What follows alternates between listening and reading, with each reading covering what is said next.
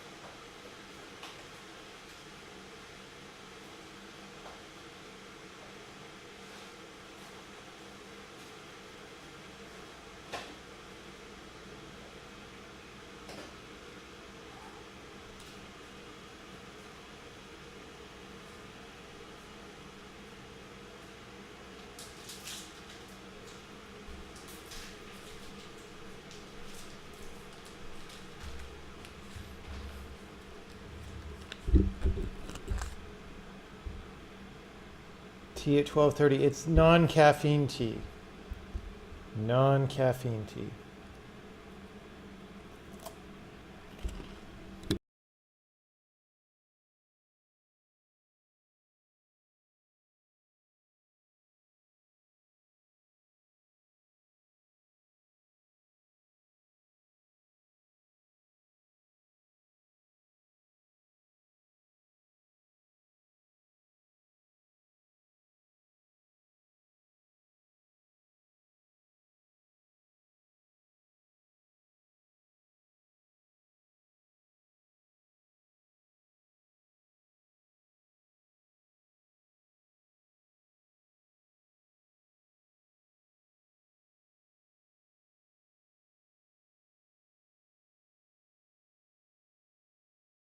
We've got tea in the Mugenics mug, so we're all good.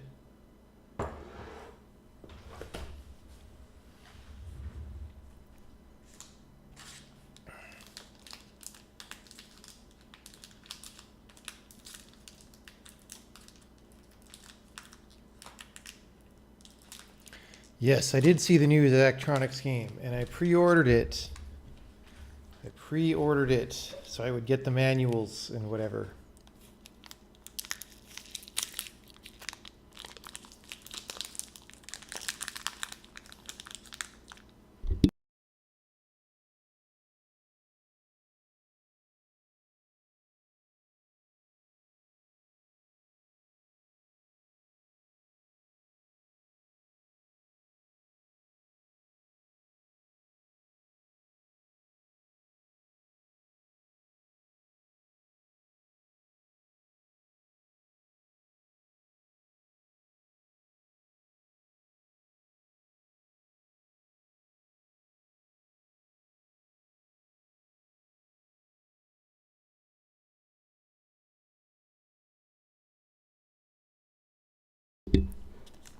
So I guess we'll start in a minute.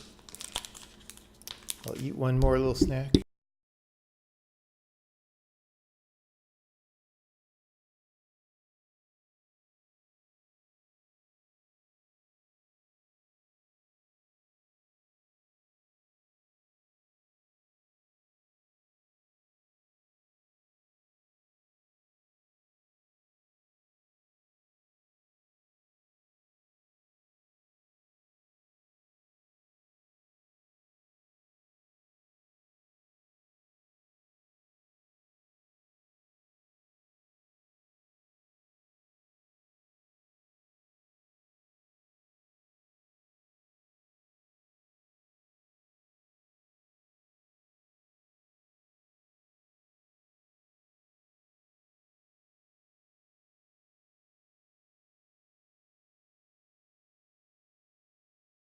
In terms of what a good debugger could give you that current ones don't,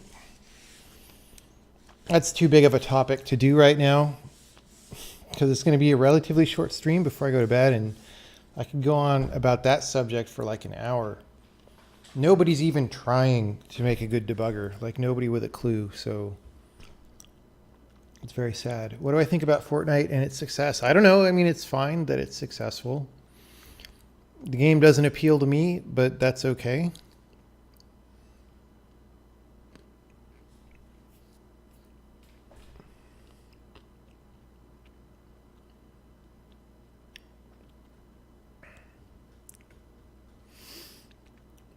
All right.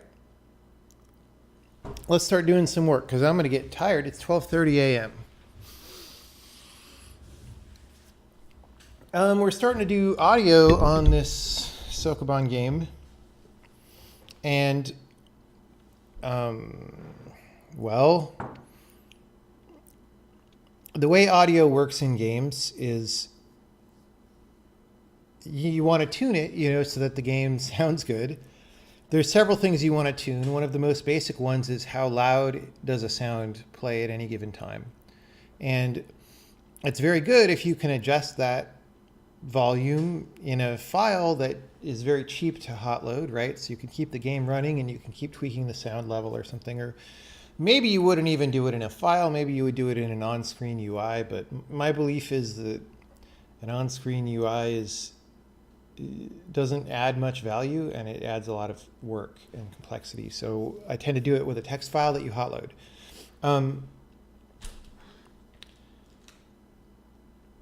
You don't, one thing that an inexperienced developer might think is like, oh, just go change the volume in the source file and resave it. Why would you have an extra way of saying how loud a sound is when the sound file itself controls how loud it is? Well, there's lots of reasons. One is, you actually want your sound, your waveform of your sound, to be in the file at maximum volume because that's how you get the most quality, right? Because it's stored as quantized numbers, as integers, and usually almost every non-heavily compressed format it's stored as integers, right? So like a WAV file or something, and in those kinds of formats, if you make it smaller, then the quanta between integers are bigger relative to the overall amplitude of your sound, and so you get essentially added noise due to that, right? And so you don't want that. Also, if it's a compressed format, especially if it's something like OGG or whatever, it'll just take a long time to resave. And if you're loading an OGG and saving an OGG, that's terrible because you're degrading the quality every single time. So you don't want to re-edit stuff if you don't have to, or you would want to go from the bigger source file back to the other thing, and it becomes a little bit of a workflow pain, right? So you want a way to adjust the volume of a sound. There's other things that we want to adjust though too, right? So in a game that's spatialized in 3D, maybe you want to control the maximum distance at which you could hear the sound, beyond which you just cull it to 0 so you're not spending an infinite amount of CPU playing all these sounds. You might have a minimum radius at which the sound is at max volume, because you kind of need to do that because otherwise sounds would go to infinity as you get very close, because we don't really do super accurate physical modeling of sounds. We treat them as point sources usually, or ideal sources. And as you get close to an ideal audio source, it becomes infinitely loud, which is not good, right? You might want to control random variation in the sound, right? So maybe if it's a common sound effect, maybe every time it plays, you want to vary the volume a little bit and vary the pitch a little bit so that it just sounds a little bit different every time. It's a cheap way for the mixer to get one sampled effect to sound a little bit different every time it plays. And one other thing you might do is just record a bunch of variants of a sound. So if you have a sound for player picks up object, and that's something that happens a lot, maybe you'll have 8 different versions of that sound effect that are all pre-authored differently. And then every time you're going to play it, you pick a random one, right? So in that case, the engine needs to know how many variants of the sound are there, and then it needs to know how to find those. Usually you might do something simple like have the name of the effect and then append the numbers like 1, 2, 3, 4, 5, 6, 7, right?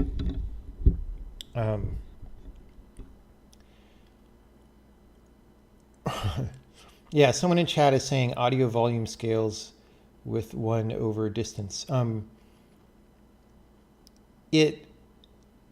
My understanding of that is like, so if you were to do the naive physical thing, it would scale with 1 over distance squared because you have an expanding sphere, right? And the energy is going out in all directions. The problem is that doesn't take lots of stuff into account that's more complex than like an ideal expanding sphere, like environmental reflections and whatnot. And so I think we do the 1 over d in games just as a hack to make up for the fact that our modeling tends not to be very sophisticated. I don't think that the actual physical equation of sound energy is 1 over d. Oh, but then there's this whole other thing about like, what are you scaling? Are you scaling the perceptual volume of the sound, or are you scaling the energy and then essentially gamma correcting the sound energy to perceptual volume? I think most systems scale perceptual volume. And so if you're doing that, you know, because your ear has a roughly log response to sound volumes the same way that your eye has a similar response to light intensities, then the same way you would gamma correct graphics, right, then you gamma correct sound. So if you're talking about how much the perceptual volume falls off, then that's much closer to 1 over d, right? Because the energy falls off with 1 over d squared, but then you gamma correct the energy. And the exponent is not going to be exactly 2, but it's close enough that it sounds approximately right if you do 1 over d, right?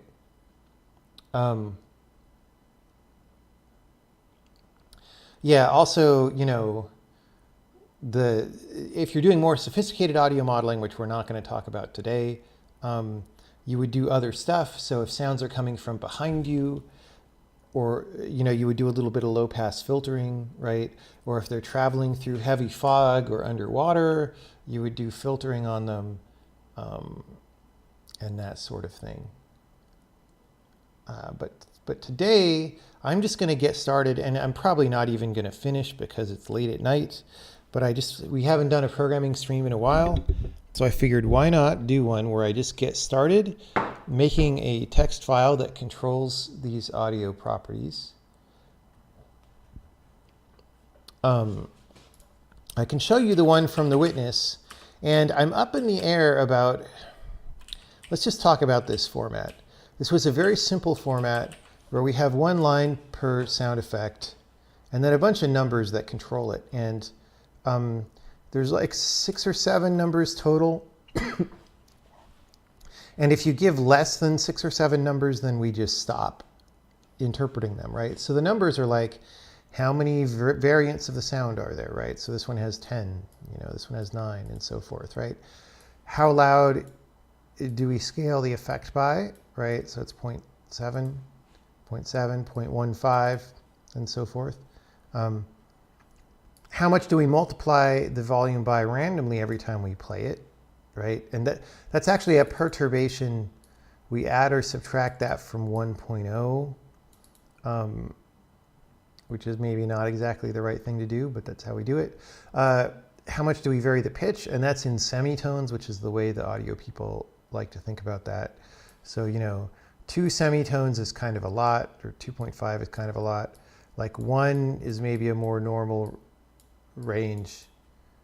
And then inner and outer radius for the sound effect, right? So on the one hand, this format is very terse, but on the other hand, maybe it's annoying to try to remember what the 4th number is, and so forth, right? And these used to line up in columns, but you know, we didn't really do that. So I was thinking of, you know, maybe doing a format where it's a little bit, well, first of all, the thing you always want to do is control the volume. So we might put the volume on the same line as the name, but then after that, all these other things are optional. So you might say versions 10, right? And you might say random volume 0.7 and random pitch 0.1. Or no, wait, it's random volume 0.1, random pitch 2, and then, you know, this one didn't have a radius, but if we had one, let's say like radius 20 to 200, right? So on the one hand, that's more readable and less confusing. On the other hand, it takes more lines, and I'm not sure if that's a good thing, because if I look at this file right now, this file for the witness is almost 1,800 lines. So if we multiply the number of lines by 5, it's going to be like a 10,000 line file for a big game. Maybe that's fine, because maybe we post-process it into a binary thing, and it doesn't matter. I don't know. Is there anyone in chat with experience on this who has an opinion, or what do we think?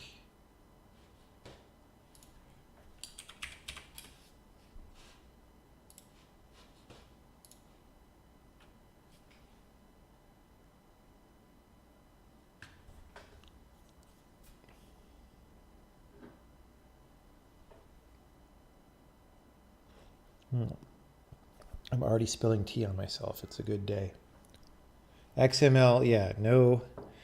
The kappa does not redeem even saying XML.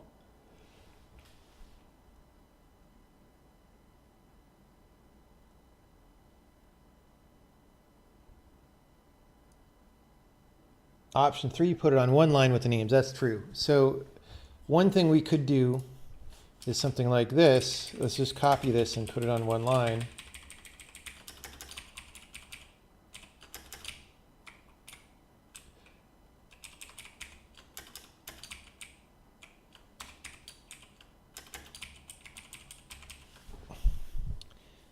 That might be more readable, honestly. I mean, it always depends, right? Right now, there's not that many options, but if you start adding more and more options, it might be a lot. Maybe we keep it for one line today because it's easy to break it into multiple lines. Or it could even be a looser format where it's like, you could start doing it on one line, and then as long as you indent by some spaces, we understand that we're still talking about the same sound. That doesn't look very good here, but I don't know, maybe you indent it like that. We could do that for sure. Also, though, this might be more readable if we allow you to do... I normally don't like abbreviations, but we might just do like this, like...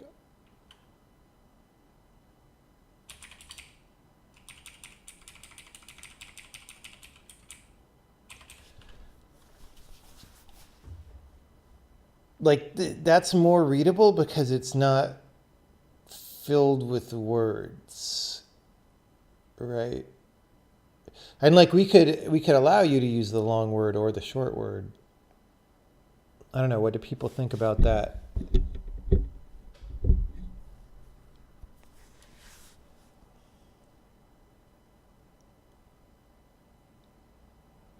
You could combine random volume 0.1, random pitch 2 to random 0.12. Totally, you could. I guess that makes sense because you usually want to specify both of those. So yeah, you could do this.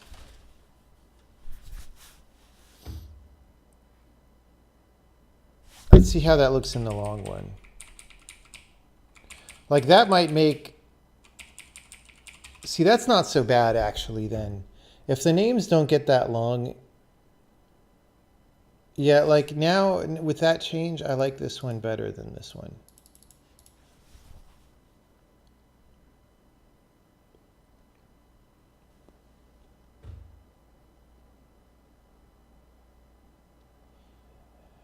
Jesse Coyle says, I'm not liking any of the options, not feeling it. Well, then you got to come up with something better, or we're going to do this one.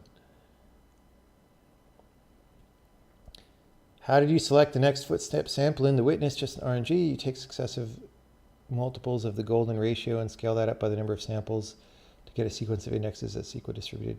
Okay, anything with the golden ratio sounds like pseudoscience to me. The golden ratio is one of those things. It's like when someone's talking about UFOs.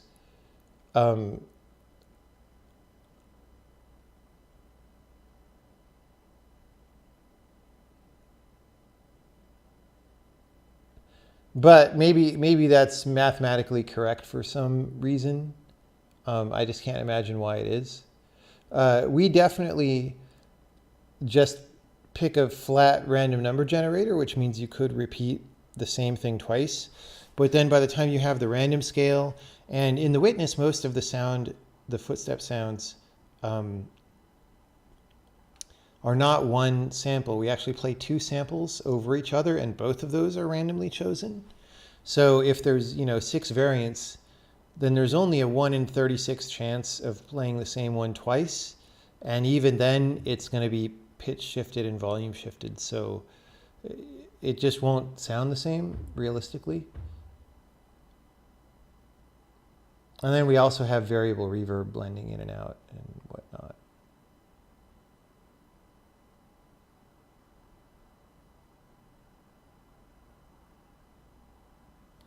But then you run into the problem of having to remember which of the random parameters is volume and which is pitch, which is a problem you were bothered with in the first place. Yes, but that's not, for someone who works with this every day, that's not that hard. It's like, the problem is really looking at this disorienting field of 6 numbers and knowing what to do with it, right? Like 2 numbers after the word random is easy to be oriented with and figure out, I think. I don't know. It just seems better to me. What makes the golden ratio work here is just that it's an irrational number. I'm going to do a quick web search for this. Golden ratio audio sample choice. This is giving me a lot of garbage. If someone wants to give me a link to something talking about this technique, because if it actually helps, I have no objection to implementing it.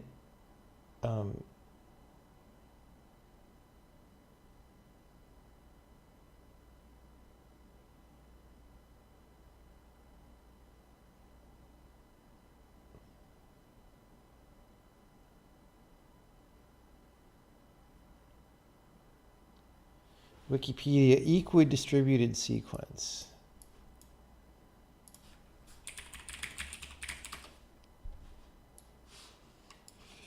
Equidistributed sequence.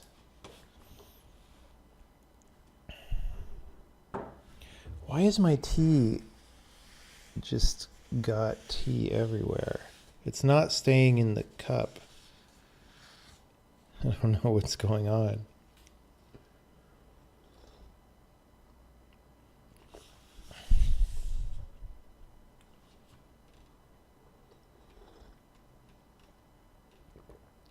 This looks like more than I want to try to read right now.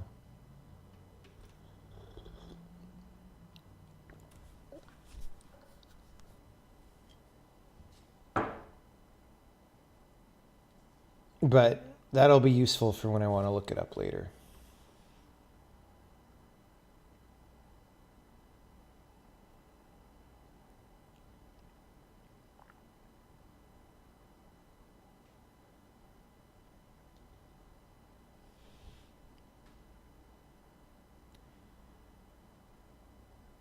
I mean, so this whole thing with the golden ratio, whatever, and do modulo 1, that's the same thing as random number generators do.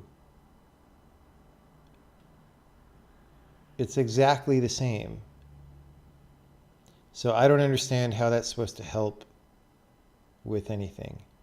I guess the difference is with random number generators, you then go like mod 6 or however many choices you have, and that's when you get the chance of remapping onto the same integer. But if you weren't to go mod 6, well, I don't know. It's interesting because it's the same thing your pseudo-random generator is doing,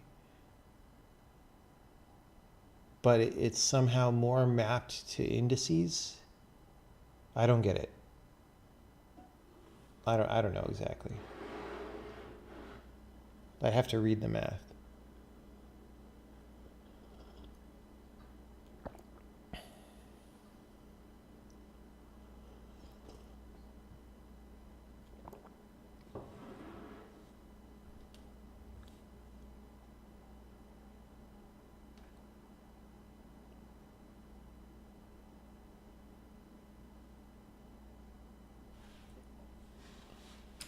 All right.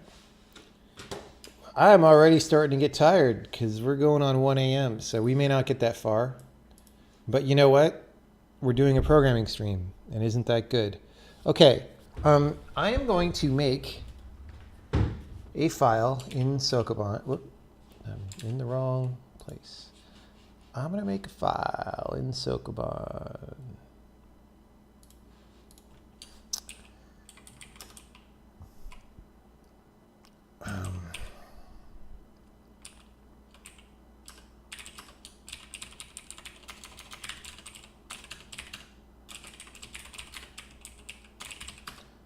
I'm going to call it the same thing, and we're just going to have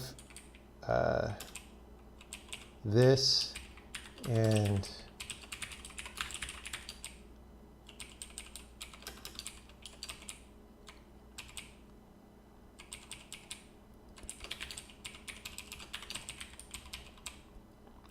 we're going to parse this with our text file parser. And so we'll go to some other file. Right, so we have this that tells us what version we are, and the first argument after the name of a sound is a constant volume scale applied to all variants of that sound.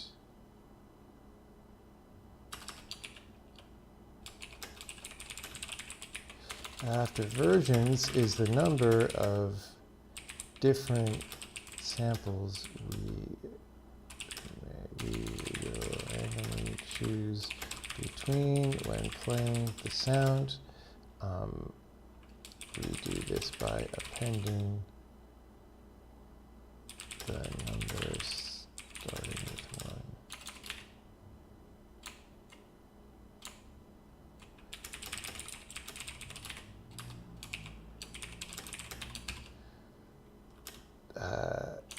By appending the number to the name listed.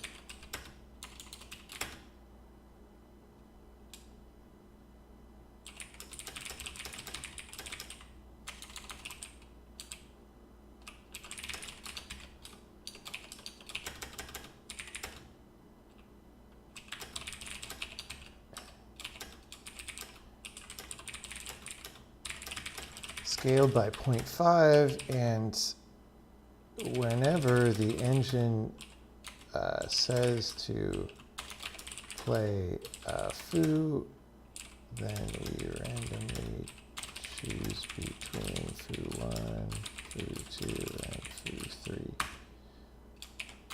Okay. After random are two numbers that control random variation each time a sound is played. The first is a random factor applied to the volume. Let's call it F. The volume of the effect when played is multiplied by a random number between n minus f and 1 plus f.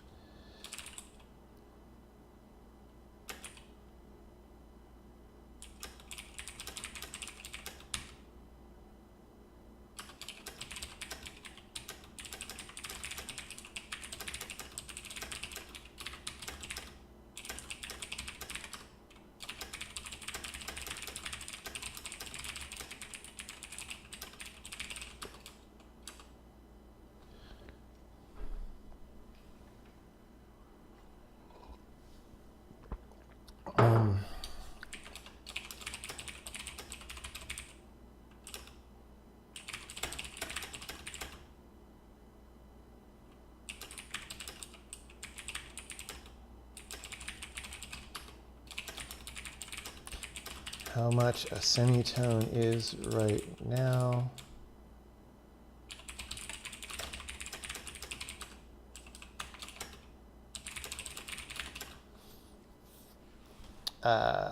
But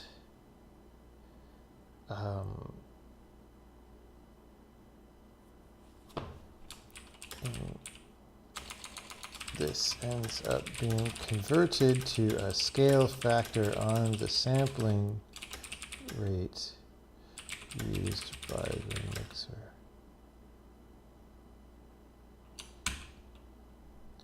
And then after radius are two numbers determining the minimum and maximum radii for the sound.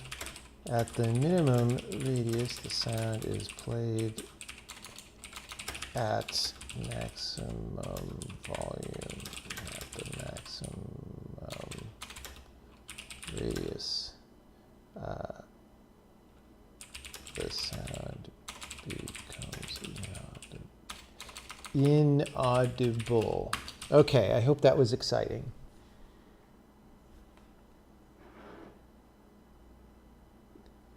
Hopefully that clarifies. Take exponent of f and say that it's in decibels. I hate decibels.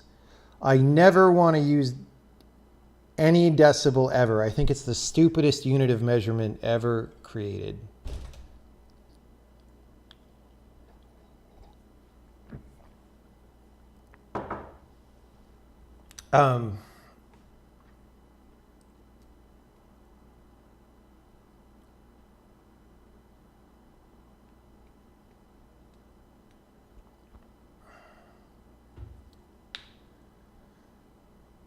A to B flat is one semitone, as is B flat to B and B to C. Yeah. Yeah, I know that. What I don't remember is how much that is in terms of a scale. But I guess, right, an octave is multiplying the pitch by 2, right? Is that correct? And so that's 8 notes. So a semitone would be the 16th root of 2, right? I think it's the 16th root of 2. Something like that, right? So 1 point something small is a semitone if you multiply that by the sampling rate. An octave is 12 semitones, okay. Right, because not all the notes have semitones between them. Okay, 12th root of 2.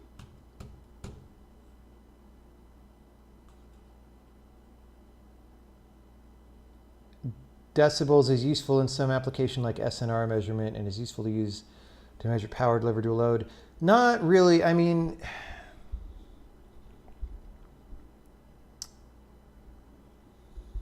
not really. I don't want to go into another decibel rant right now, but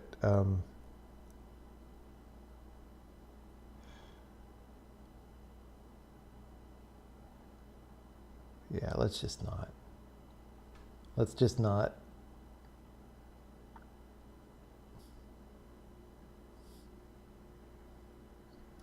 Okay. Okay.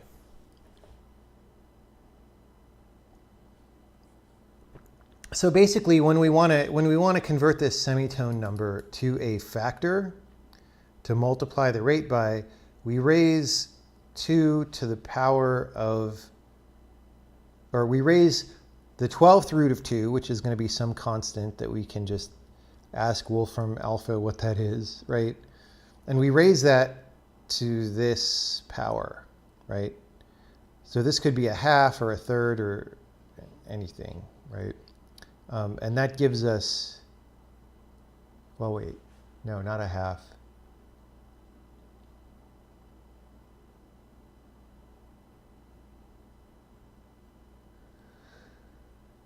So that would be the number to multiply by. I did all this on the witness, but it was so long ago that I forget. So that would be the number to multiply by just to get a constant rate change of that many semitones, but that's not what we want. What we want is a random change between, no change between 0 semitones and this, right? And so I think what we do is we pick a random number between 0 and this. Depends on how we want it to be distributed, but let's just say linearly between 0 and, for example, this 2. Take the 12th root of 2 to that power.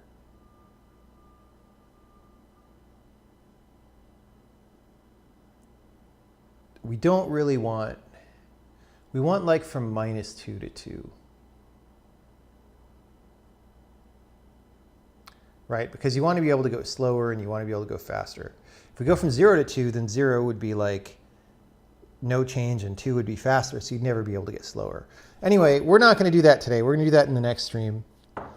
Today we're just going to do the file reading, which should be easy, and then I can go to bed.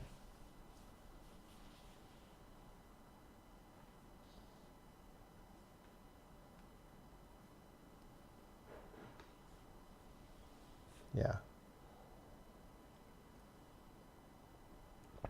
Yeah, decibels are worse than the web, except that the web is a lot more pervasive, so, you know.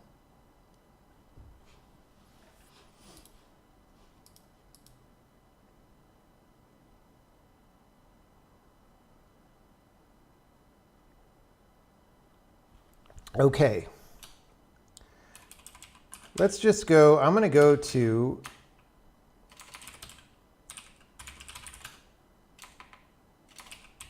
something that already reads one of these files.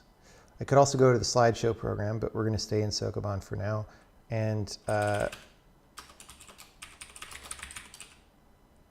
right, there we go.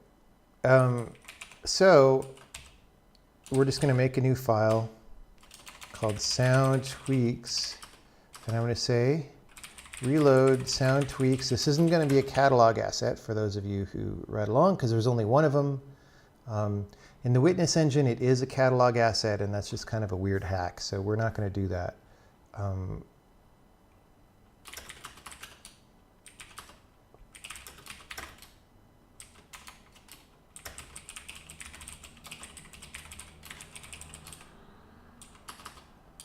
We might want to make a local.soundtweaks later, but we're just not going to do that. Okay, before we do this, get too carried away, let's do the stuff. Let's add this to our project, load, sound, tweaks, and then add it to source control.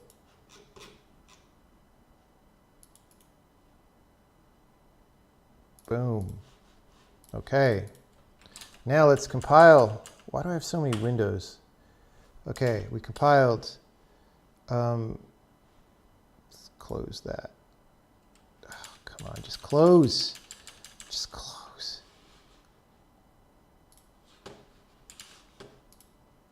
Steam, close.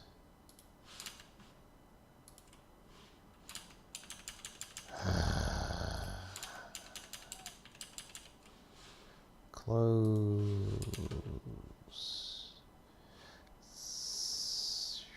I'm going to drag equidistributed. All right, I'm going to close that for now. Screenshot uploader. Okay, that's better. Oh, I got a sub, I guess. I don't have something that pops up on the screen.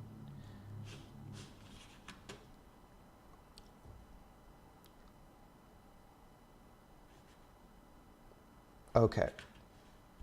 So we're just going to go to here, and we're just going to paste the stuff. Whoops.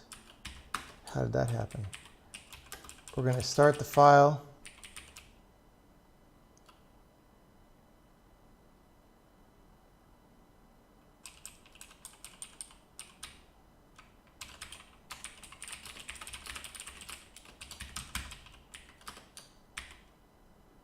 And then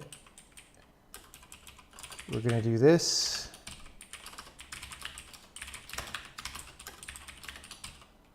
We're going to print the line.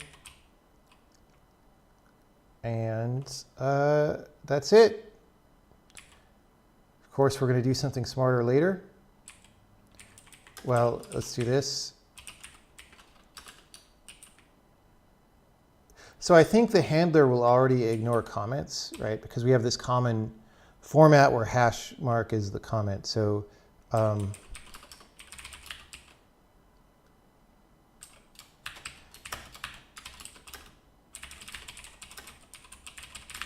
we're gonna break those by spaces and then print that. We're gonna go to main and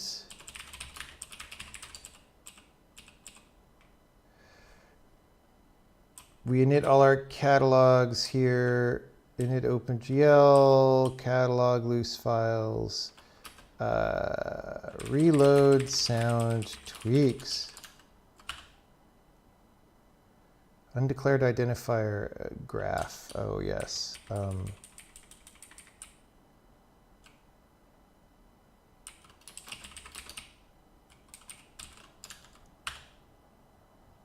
Okay, what happens? Unable to load file, data sounds, all that sound tweaks.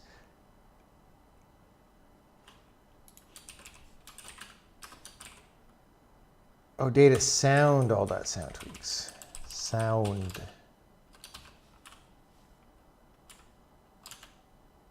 Okay, so Bush's movement and then a bunch of numbers and hello sailor and a bunch of numbers. That's great.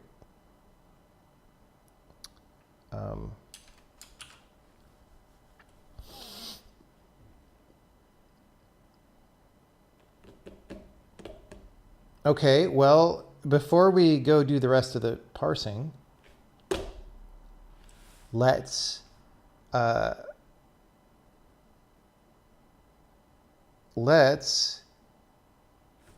do the hot loader because we want to hook that up.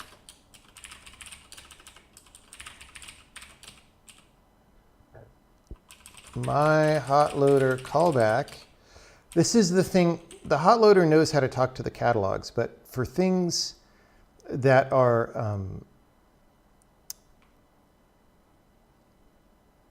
not catalog assets, we can track them here, right? So I could say if extension is equal to, let's do this, because we're starting to have a number of these, right? So if it's a variable file, do this. If it's a key map, do this.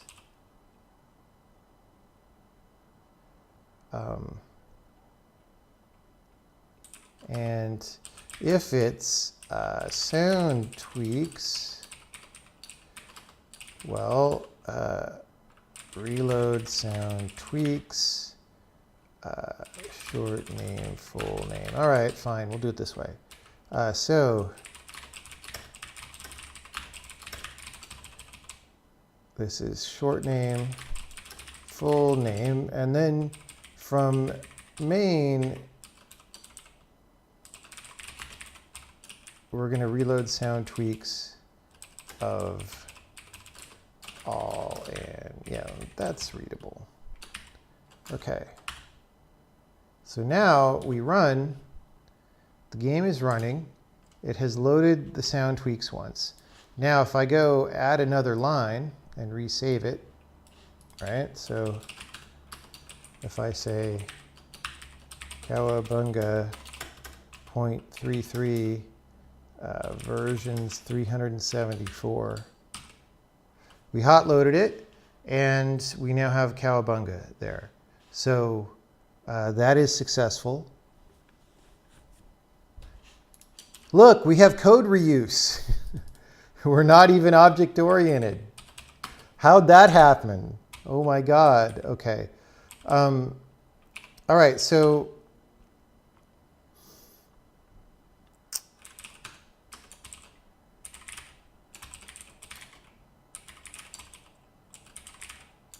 now I had something in this file.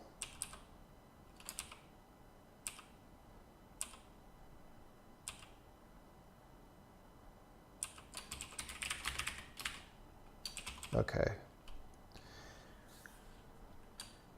Oh, our string to scale factor was a wrapper that did percentages And we don't, I don't think we want percent, although we might.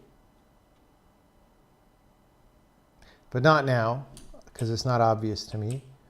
So let's go look at that.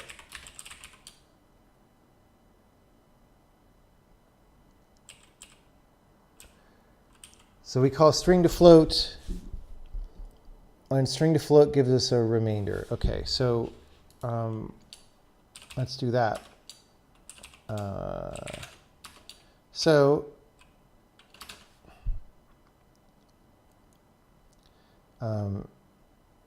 Volume success after call it volume scale.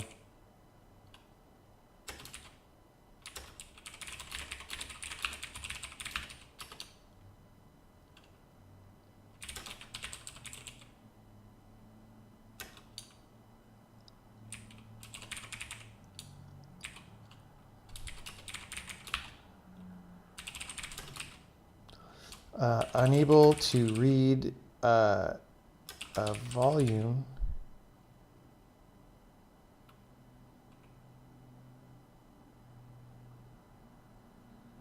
value after just a volume after whatever first words and continue, because other lines in the file might have useful information, right?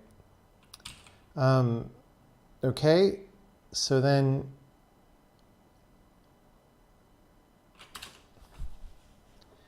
after volume has parameters. So,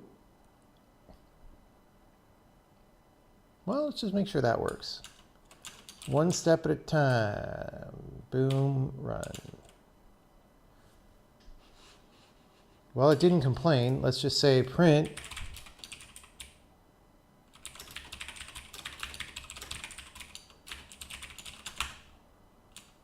what is going on with my Emacs today? There we go. So it's reading that successfully. So now we just want to loop and yeah. So we say, I believe we have this break by spaces, right? So while after volume, we'll do this again, break by spaces. Let's just say, let's call this RHS.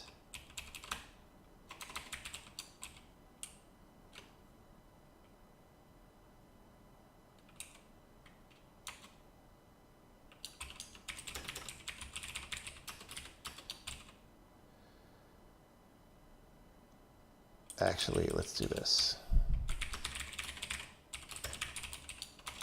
String, and then just this. We break by spaces. And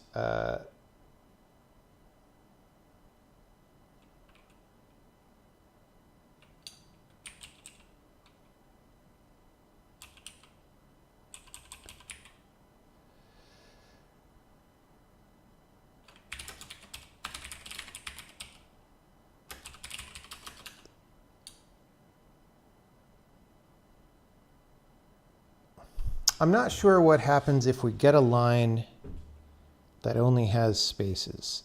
I think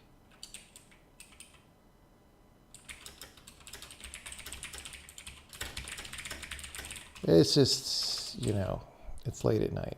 We'll tidy it up later. Okay, so if first word is equal to stuff. What were our things? Well, we have case versions, case radius, case random, or print unknown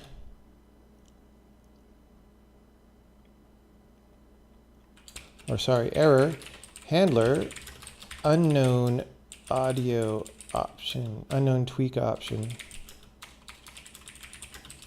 option. And the error routine with the handler will report the file and line number and all that. So we don't have to say that here. That's why we're calling it. And first word and break. So now this break doesn't break out of the switch because we don't break out of switch. That's not how it works. This break breaks out of the loop. It's not like C. Okay, so for versions,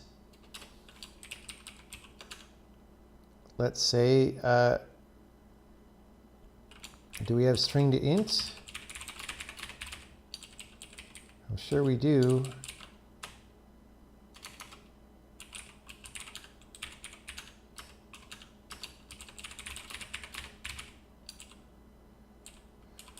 String to int, result, success, remainder. Okay, so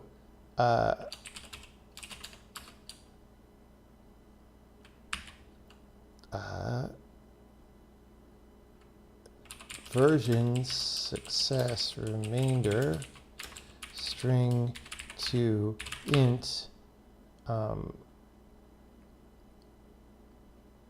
RHS, and RHS is remainder, right? Radius is, we read two floats.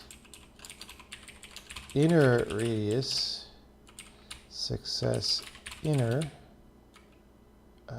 remainder inner, string to float, and then outer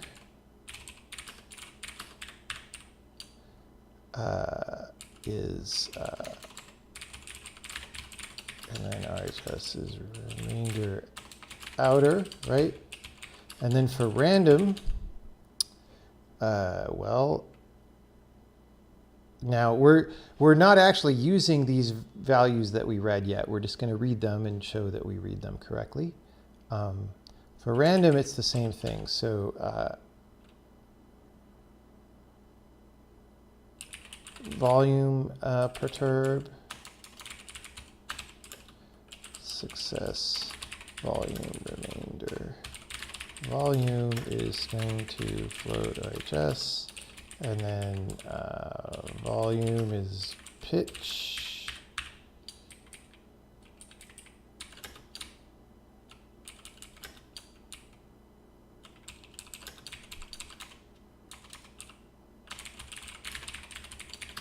And then RHS is remainder pitch. Okay, I probably screwed that up, but in theory, we parse the file. Unknown tweak option, Bush's movement.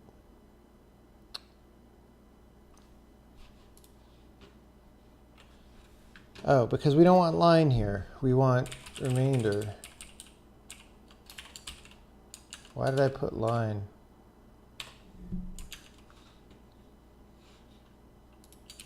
Okay, RHS, why do I keep picking the wrong thing? Come on, pick the right thing. There we go. So now we're not reporting any errors. So now let's put this information into a struct. So let's define a struct. Sound tweak is a struct that says versions. That's just going to be an integer. It's 0. 0 means there's only one, but don't append a number, right? If you put 1 here, then we pick a random number between 1 and append the number. So 0 means don't append any version, just use the base name. Okay. Inner radius. And we'll just make a default of 20, right? And then outer Radius is 200. I don't know if those numbers are reasonable, but we can always change them. Volume perturb. Let's make it 0 by default.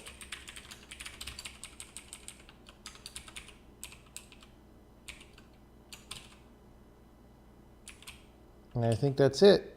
Oh, volume scale. Okay, there we go.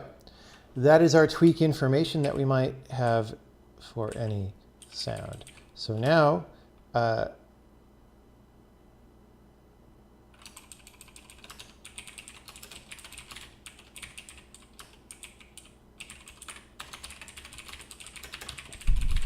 so we set the volume scale, and then for these we just say tweak dot versions is versions, right? And then tweak dot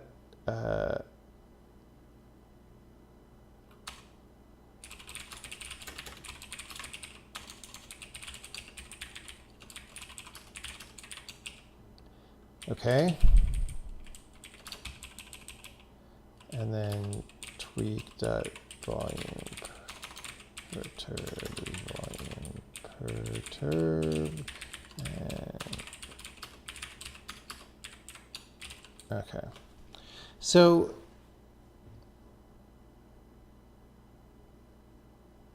that seems okay. And then down here we'll say we'll just print the whole frickin' struct.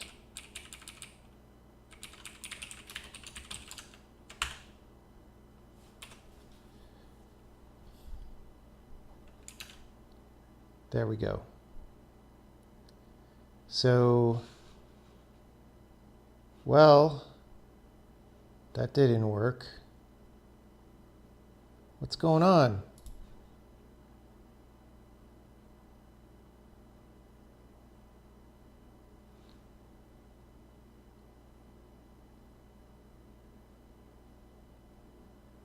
What? How come our tweak values never change? Wait, the volume changes. The volume changes, but we must be breaking here.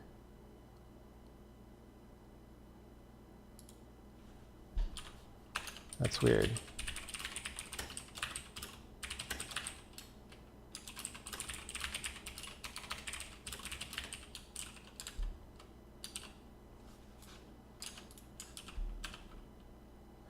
So it wasn't working as well as we thought, but that's why we check it. First word, nothing. Oh, because it starts with spaces.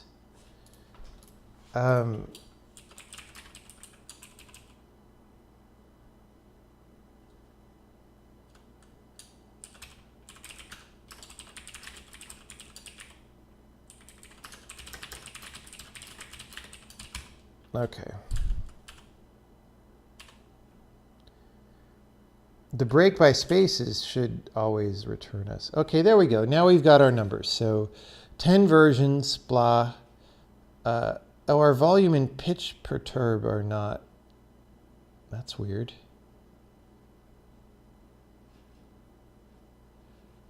Radius versions.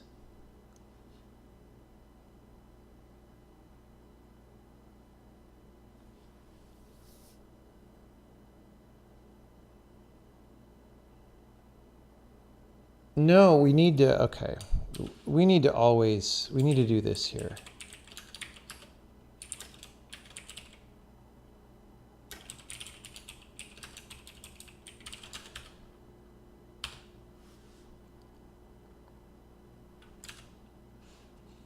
Okay, there we go. We got all our numbers. So, well, let's check this. So we go versions, 10, blah, blah, blah. We get random, we get blah, blah, blah, we get rate. Okay, so we get them all now. We were skipping some.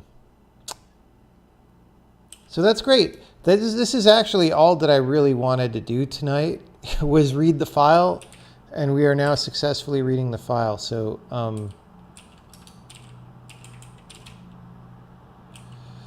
That's it. Any questions?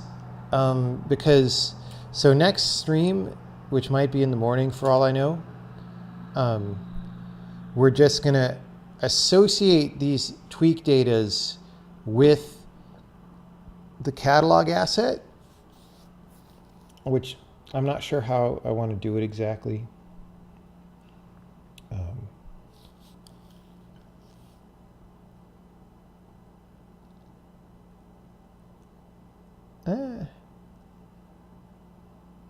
Should be easy. I'll think about it while I'm asleep. Is it because pitch perturb has a space in it? No. Why would pitch perturb have a space in it? What?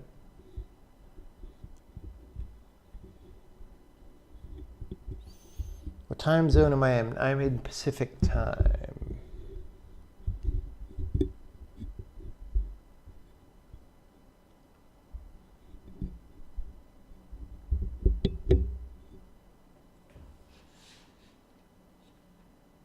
How do I do switches for strings? Is it doing stir comp for each?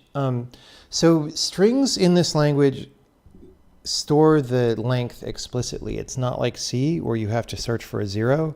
So if strings are a different length from each other, you know immediately with an initial integer compare, right? It's only strings that are different lengths that you have to do the equivalent of a stir comp on. So something like this, yeah, it is comparing string to string in sequence. For very large tables, you could maybe imagine the compiler doing something more fancy, but it doesn't become worth it until, like, computers are fast today. So the number of strings that you would have to have here to have something more complicated be worth it is probably pretty large. And you can't do something weird like a binary search on the string values and stuff because there's a little bit of a reason why you can't reorder this stuff because, you know, things could fall through to other things or whatever. Well, I guess you could still reorder it.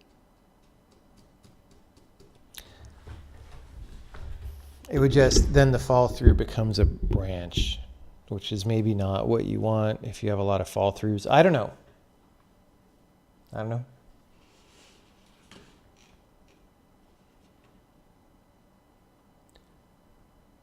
Oh, pitch perturb, it's not a space. So if you look closely, there's actually a backslash here.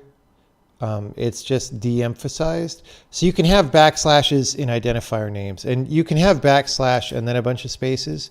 Like that's a valid identifier because maybe you want to line it up with a really long name above it, right? So the purpose of this is to just be able to align names when they're a different length. So you can do this sort of thing. And, you know, I might as well just go all the way here.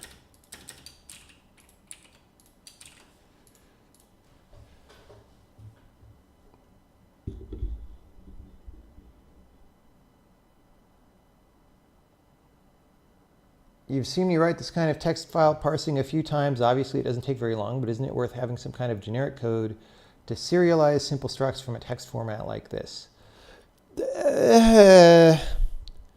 Not really, because what I'm actually doing in each case is different. So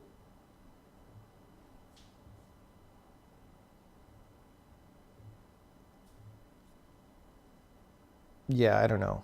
I don't feel like there's value in abstracting this further.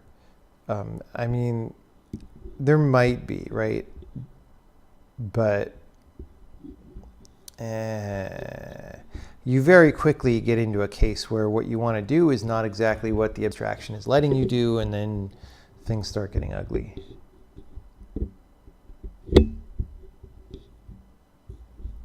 Any desire to add interpolated strings? No. How do I decide when to stream? It's just mood. You know, it's mood. Well, and it's also, I don't want to spoil the game too much before we announce it. And if I work on the game a lot, then I maybe don't stream that these days. So if I switch back into a mode where I'm working on the compiler, which may happen soon, then I'll probably stream a lot more. Why not name random as perturbance? I don't know, because that's long. It could say perturb, and that would only be one letter longer than random.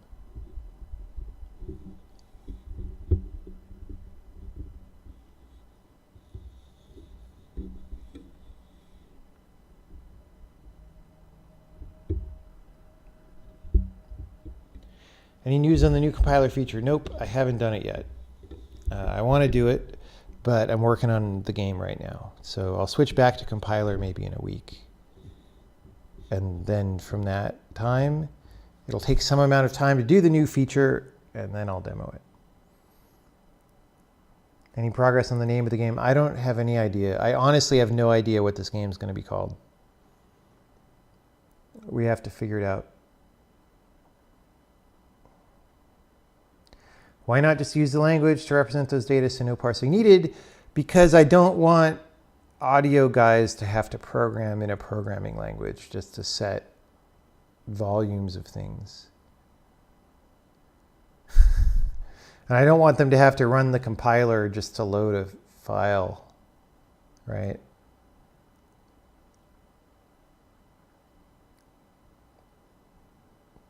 When are we planning on announcing? I honestly don't know.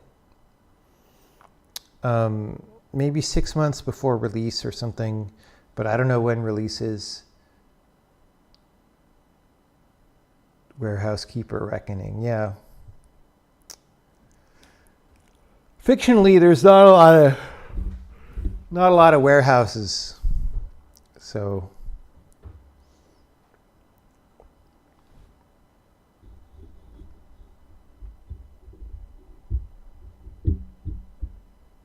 Nabokos. Somebody probably has done Nabokos. When am I going to finish Subnautica? I don't know. Maybe never. I was pretty close to done. I might just call it done. It's not just learning from the witness. I mean, we did probably announce witness too early, only because I didn't realize development was going to go as long as it did. But also just the environment is very different today than it was in 2011. Like in 2010 to 11, when we announced the witness, it was a good idea to announce a game early and build interest. Nowadays, it's not really a good idea to do that just because everything's so noisy. People will forget about your game in terms of press announcement. And the press isn't that interested in covering independent games for a long time. But sort of subtle below the fold non-announcements like I've sort of done here, where, hey, there's people who are interested in this game or the compiler or both that watch these streams. You know, all of you sort of know before the announcement a lot about the game. And that's fine. You know, that's like speaking to your audience. So that's just how we're doing it this time. We'll see. There's a trailer for a game called Nabokos that was uploaded. Let's see.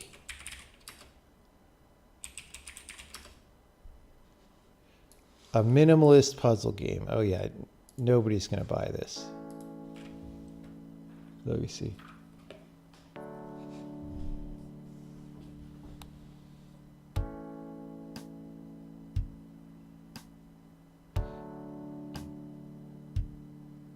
Yeah, minimalist is not a good excuse for I didn't do that much work, you know.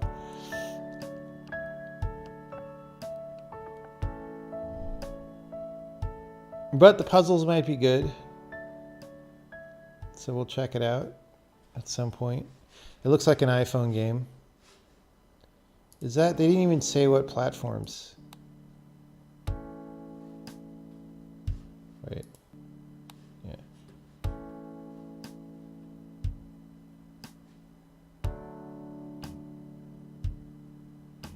Looks like an iPhone game.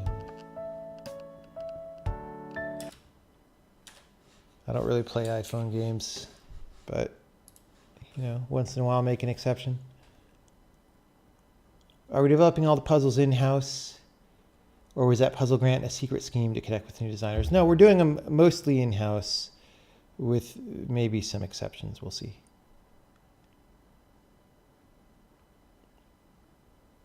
Yeah, Witness was super tricky to promote for a number of reasons.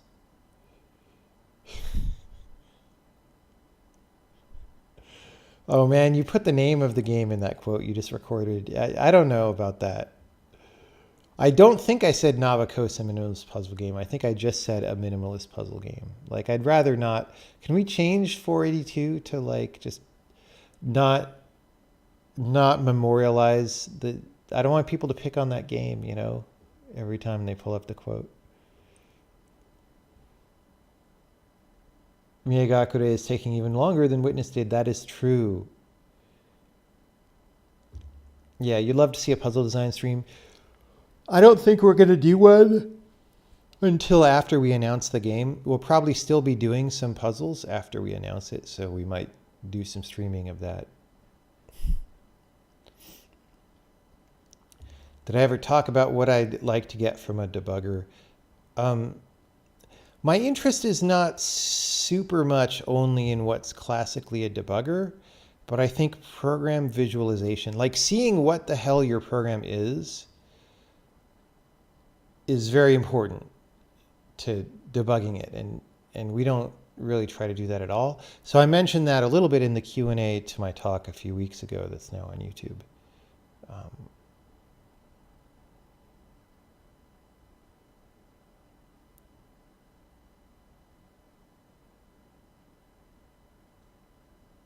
Do I take notes when learning new things? No. No. Thank you for taking the name out of that quote. All right, it's bedtime now. It's like 1:30 a.m. We've only streamed for like an hour, but we parse a file now. I didn't add the data file to source control.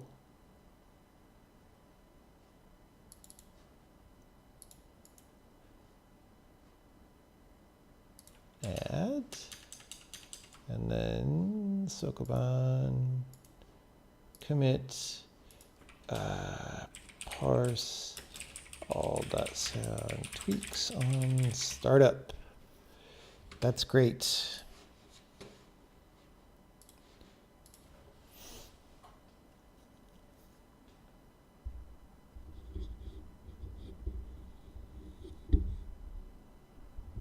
What about a port of braid? It could be an additional revenue stream, don't you think? Yeah, it might. We just have to balance. We have to balance what we're doing. You know, we can only do so much. We're a small team.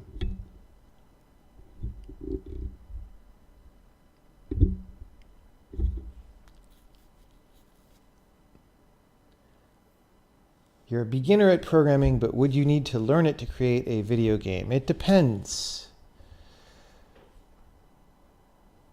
If you mean independently and not working for someone's company, then you could, if you didn't know how to program, team up with a programmer. The thing is, you have to convince that programmer that your idea or whatever is what the programmer wants to work on. And you don't have that much control. The problem is when you can't make the program happen by typing, you cede a lot of control to the person who can make it happen by typing. And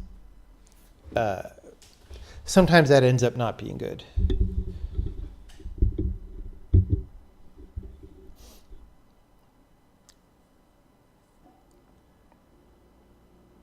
At some point, I demoed something that let me click on a compiler window and let Emacs jump to that file. How do you make Emacs do that? So there's a thing.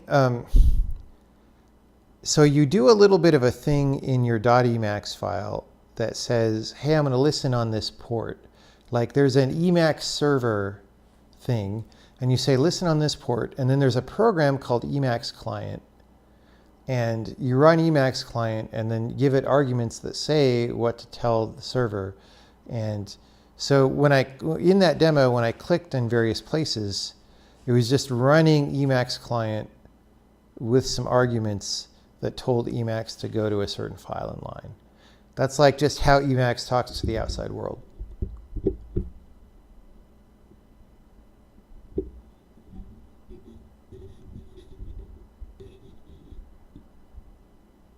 Still thinking we might make the game source open? Yeah, we'll give out the source to the game.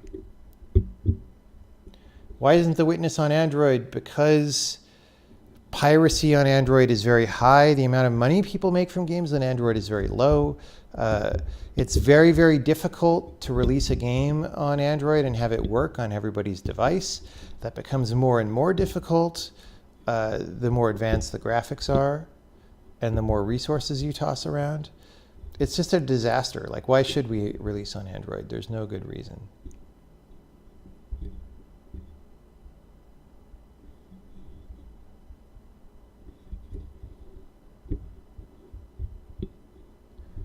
Are the shadow puzzles cheating with fake shadows, or are they actually casted from real geometry?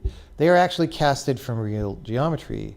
You know, you can go find in every case, like if in the ones where you can sort of put your head near the panel, you can look back in the reverse direction and see the geometry casting the shadow. It's all real.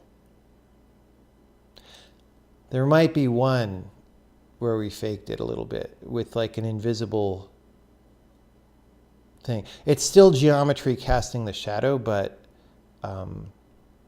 it's, instead of actually modeling the tree all out, in that case, we just put a little cookie cutout in the tree.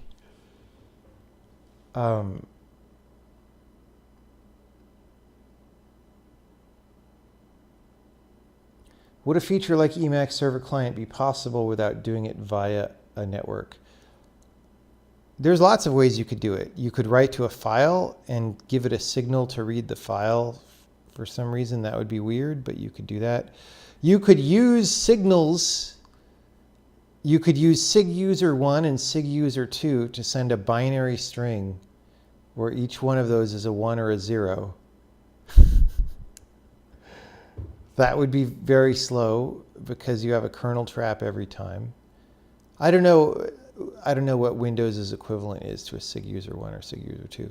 So when I said network, like what you really mean is local socket on the computer. So it's not like touching the internet, but yes, it's reading and writing from sockets on the local machine.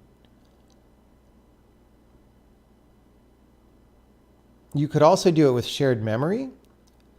That would be my preferred way to do it. So you could have a protocol where Emacs starts up and it opens a shared memory buffer, and then you use that to write messages to Emacs.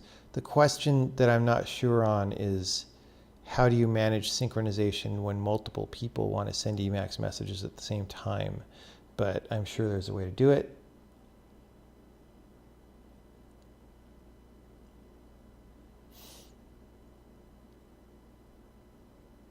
Yeah, if you're a game designer, it's not a bad idea to learn some technical things, for sure. You become a more powerful designer, even if you don't directly program. If you know how the code works, then you know better how to express the design ideas in the way that they're implementable.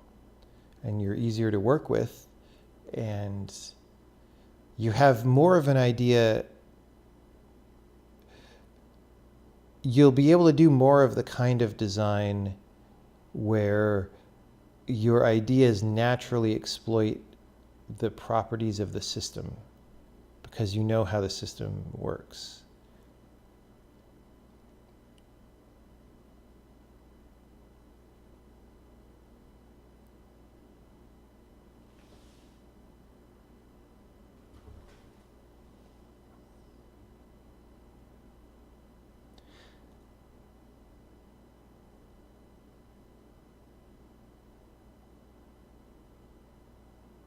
So hopefully now that the video of that talk is out, all the ranting Reddit people can go see what I actually said in the actual talk.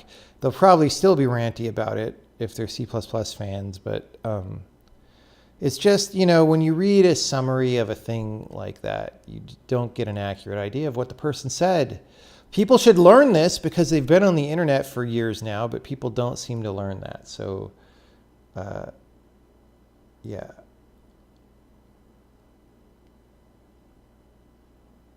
Yeah.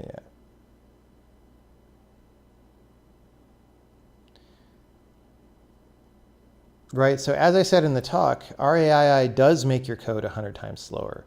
That's obvious because look at how slow everybody's code runs, right? But it doesn't do it, like I said in the talk, it doesn't do it through the code generated by RAII, right? It does it at the conceptual level. And this is a thing that's harder for people to understand.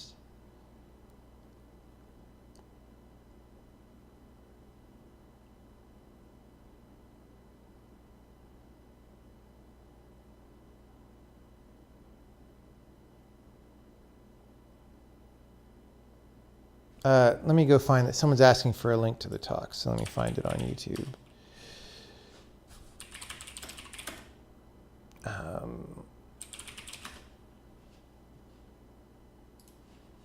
Yeah, it is this link.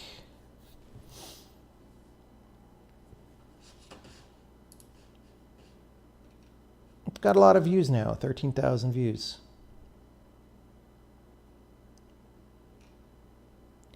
I shouldn't read the comments.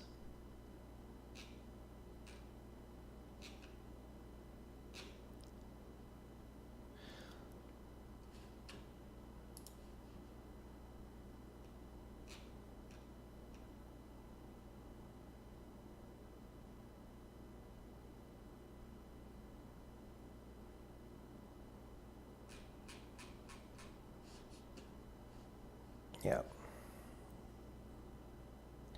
All right.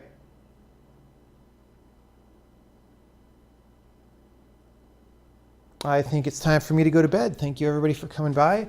You know what we get to do now, though? We haven't done this in a while, but we get to host somebody.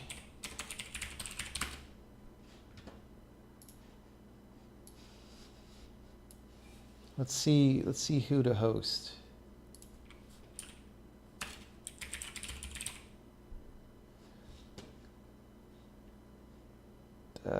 I never know programming. There's not that many people. AI training, Unity. That guy looks grumpy. Things are kind of dead here. Someone's playing PUBG. All right, let's try game development. That's also, you'd almost think it's 1:30 a.m. What's this?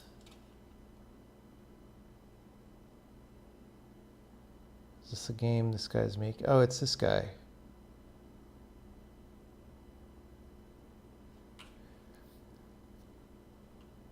But it looks like he's just playing someone's game.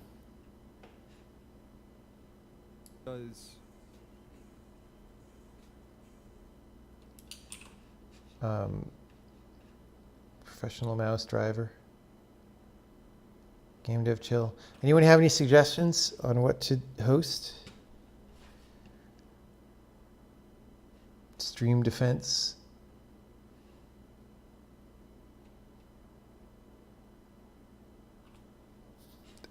This guy has 0 viewers.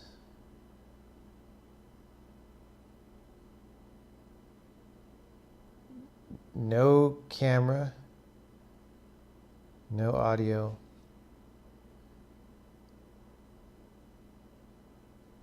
But, you know,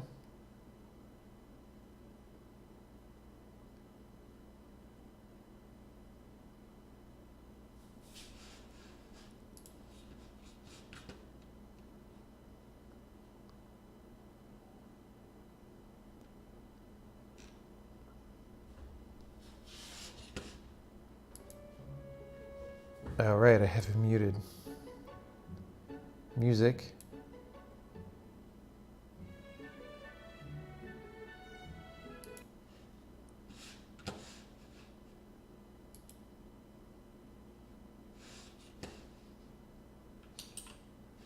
Whoops, I just closed the chat. Accidentally, I controlled W to the wrong window.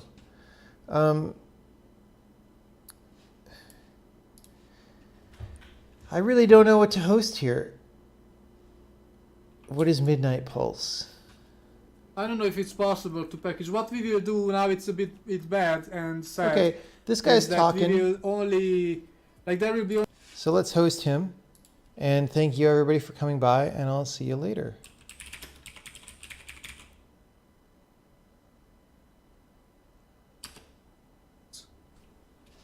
You have to edit the file extensions for that. What the fuck?